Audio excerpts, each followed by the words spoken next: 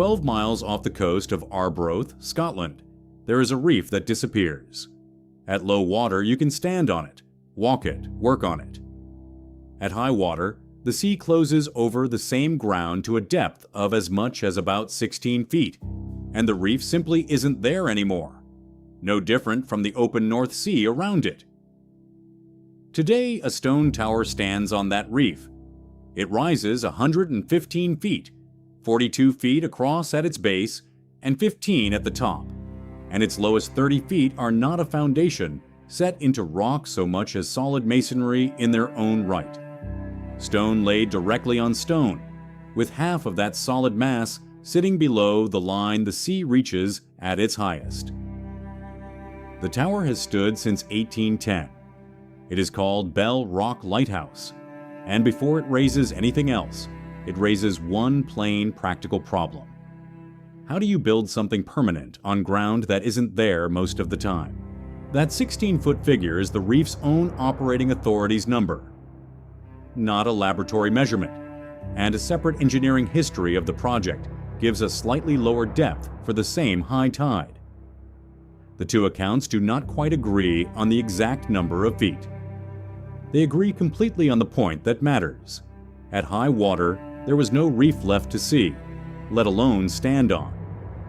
4 years went into putting that tower there, and for most of every one of those days, the ground it stands on was under the North Sea.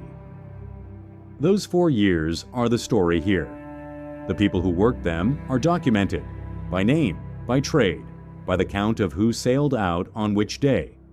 And so is the tide that decided how much any of them could do before it came back. Both are worth following closely, because a finished tower, seen from a passing boat, gives away nothing about how it got there. Much of what follows is not legend. It comes from a written account Robert Stevenson produced himself once the work was finished, filled with named dates, counted crews, and illustrated plates showing the exact machinery used to move stone across the rock.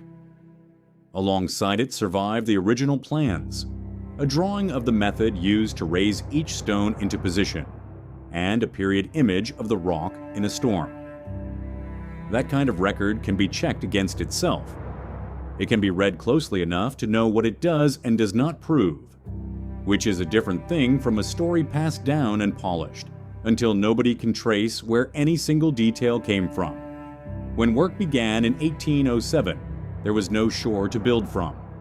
Bell Rock sat alone, roughly 12 miles from the nearest harbor, with nothing above the surface at high water, to even mark where it was. No jetty, no scaffold, no ground a crew could occupy for more than a few hours at a stretch before the sea came back for it. Every trip to the rock depended first on getting a boat there at all, and then on the tide actually pulling back far enough to expose stone worth working. Even that was not guaranteed. Weather alone could cancel a landing outright.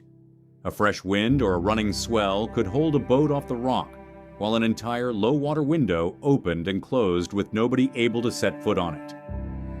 The diary kept on-site records days when the tide gave the crew 2 separate windows. One session in the morning, another hours later in the evening, with the time between spent waiting or ferrying material back and forth, and other days when it gave them nothing at all.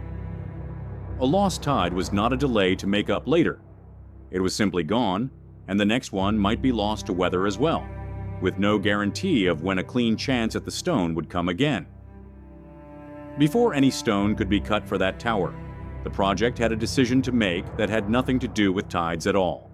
In 1806, John Rennie, brought in for his experience designing structures meant to survive open sea, and Robert Stevenson, who would go on to direct the work on the rock itself, had to settle what the tower would actually be built from. A lighthouse standing alone on an exposed reef had to withstand continuous battering by the sea, in a way no inland structure ever would, which ruled out anything but the hardest, most durable stone available in the quantities the design required. They settled on a granite outer casing, backed by sandstone quarried at Milnfield for the interior courses. There was no way to test that choice on the rock first. and no way to quietly swap materials halfway through if the supply of either stone ran short. If the lower courses failed to hold against a hard winter's tides once they were in place, there was no shortcut back to where the work had been. Every stone already cut, shipped, and set represented months that could not be recovered. The decision had to be right before a single crew was ever sent out to build on it. That decision also settled how each stone would be shaped, not just what it would be cut from. In the lower courses, no block simply sat on the one beneath it, the way an ordinary wall is built.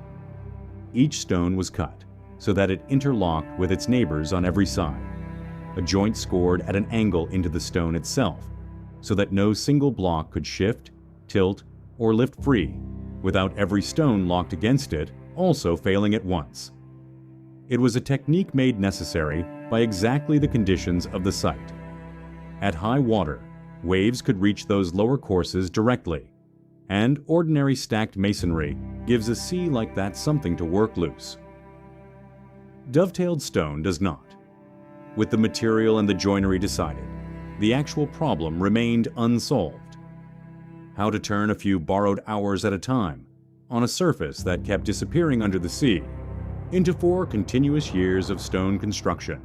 The answer was a system, running in 2 places at once. On shore, at Arbroath, the project set up a work yard, where stone could be cut, dressed, and fitted together dry, on solid ground, at whatever pace the masons needed, each individual stone for a given course cut and marked there, before it ever left the yard, so that once it reached the rock it required no shaping at all, only placing. The rock itself served as an assembly point, where pre-made pieces arrived already knowing where they belonged.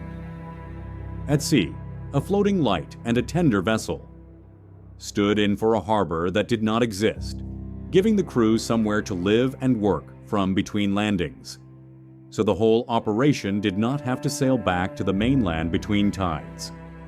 They built a system sized to the hours the water actually allowed them, and moved the site to fit it. Every session under that system had to be worth the crossing out and the crossing back. The first of them bought nothing that would ever be visible in the finished tower. Before a single finished stone went into place, crews spent their narrow low-water windows cutting and leveling the reef itself, working the raw rock by hand into a footing flat, and true enough that the first course of the tower could actually sit on it, rather than on whatever uneven surface the sea had left behind. Everything above it, every course, every dovetailed block, the whole 115 feet of finished tower, would sit on the accuracy of a surface nobody was ever able to work on for a full day. It was work done directly on stone that would be back underwater within hours, with nothing to show for a single session until enough sessions had accumulated to matter, and no way to know in advance exactly how many that would take. Once enough stone stood above the reef to support it, the project added one more piece, a temporary wooden barrack raised on iron legs, driven straight into the rock, the beacon house, so that artificers no longer had to sail back to shore and lose half a working tide to travel before they had even picked up a tool. It put the crew closer to the work. It did not put them anywhere comfortable. That pattern did not happen once. It repeated season after season, from the first excavation in 1807 through the accommodation and machinery work of 1809 and 1810. The same workyard cutting stone, the same vessels carrying it out, the same narrow windows deciding how much got laid before the sea came back. Every one of those seasons added a few more courses to a tower that, for most of each one, sat unreachable and half-finished, waiting for the next window to continue. A new season did not start with a clean site. It started exactly where the last one had stopped months earlier. The same footing, the same rising courses, picked up again after months in which nobody involved could be certain what the sea had done to any of it in the meantime. What this system looked like in practice on any given trip is recorded in enough detail to follow directly. On the 5th of July, 1808, a tender sailed for the Rock carrying 38 masons, 6 joiners, 3 smiths, and a landing master's crew of 12 seamen, whose entire job was getting each load safely across open water from ship to rock. 12 seamen against 38 masons gives a sense of where the difficulty sat. Moving each block that last stretch, from ship to wet rock, took a crew of its own.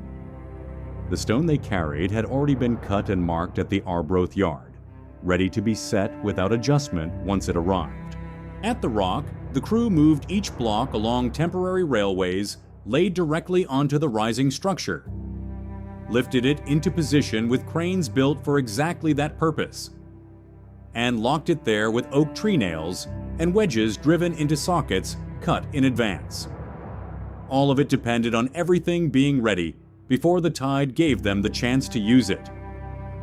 The stone already shaped, the rails already laid, the crane already rigged, because there was no time left over on the Rock to improvise a solution once the water arrived. A jammed rail, a crane needing repair, or a delay in landing the tender's load did not pause the schedule to be fixed at leisure. It simply ate into the only working time that session was going to get. The tide did not care whether a block was ready, whether a crane needed repair, or whether the men had slept. By 1810, that same tide-bound rhythm had produced a crowded, exhausting way of life. The record from the site counts 31 people lodged in the beacon house at one time, sleeping in bunks stacked 5 tiers high in a space built for function and nothing else. Artificers are recorded beginning work at 5 in the morning, laying 2 full courses of masonry, before that day's rising tide shut the Rock down again. Wages and premiums for that period are recorded too. Pay set against work that offered no shelter beyond a wooden barrack on iron legs, standing over open sea, with no way off the Rock until the next boat or the next tide allowed it. None of this came free. The project's documented cost ran past £60,000. Money, material, and labor, committed year after year to a structure that, for most of every day, its own builders could not even reach. The price was never only financial.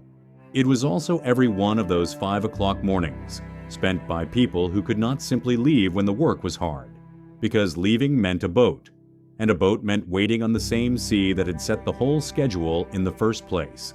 That £60,000 did not buy one dramatic breakthrough. It bought 4 years of exactly this: workyard labor, vessel time, a temporary structure built, occupied and maintained, and stone-laying hours purchased one narrow tide at a time. The record does not add up to a full count of everyone who worked on Bell Rock across all 4 seasons. Crews rotated. Some men appear in a single dated entry and never again. Others return year after year under the same names. Nothing in the surviving account ties every one of them into a single final number. What survives instead are specific, dated snapshots. This many masons on this tender. This many people crowded into the beacon house on a given night. This many courses laid before a particular tide closed the Rock. That is enough to know precisely how the work operated. The totals stay out of reach. The full size of everyone who ever set foot on that reef, and a settled number for how many were hurt or lost across 4 years of open water landings and cramped, heavy labor. No single surviving record ties those totals together, and the honest version of this story says so rather than filling either gap with a convenient number. None of that changed what the reef itself kept doing.